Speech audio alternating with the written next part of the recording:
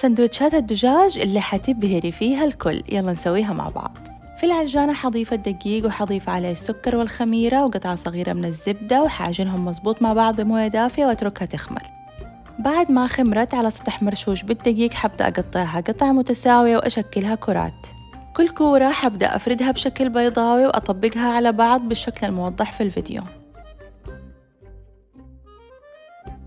بعد ما خلص الكمية كاملة حتركهم يخمروا كمان 10 دقايق، وقبل ما أدخلهم الفرن حدهنهم بخليط من صفار البيض والحليب. بسكينة حادة حاعمل شق خفيف في الوسط وأدخلها الفرن. في بان على النار حضيف شوية زيت وحضيف عليهم البصل المفروم وصدور الدجاج المقطعة صغير جدا وأقلبها إلى ما تستوي، وبعدها تقدروا تضيفوا الإضافات اللي تحبوها. أنا حطيت ذرة، ملح، فلفل أسود، بابريكا وبصل باودر وتوم باودر، وآخر إضافة كانت كريمة الطبخ. وبعد ما خرج العيش من الفرن غطيت عليه 10 دقايق، وبعدها بدأت أشكل السندوتشات. أنا حبيت أحط مايونيز، فرنش صوص، خس، جبنة، وبعدين خلطة الدجاج. تقدروا تتفننوا بالإضافات اللي تناسبكم. كده وصفتنا صارت جاهزة، جربوها إن شاء الله تعجبكم وبألف عافية.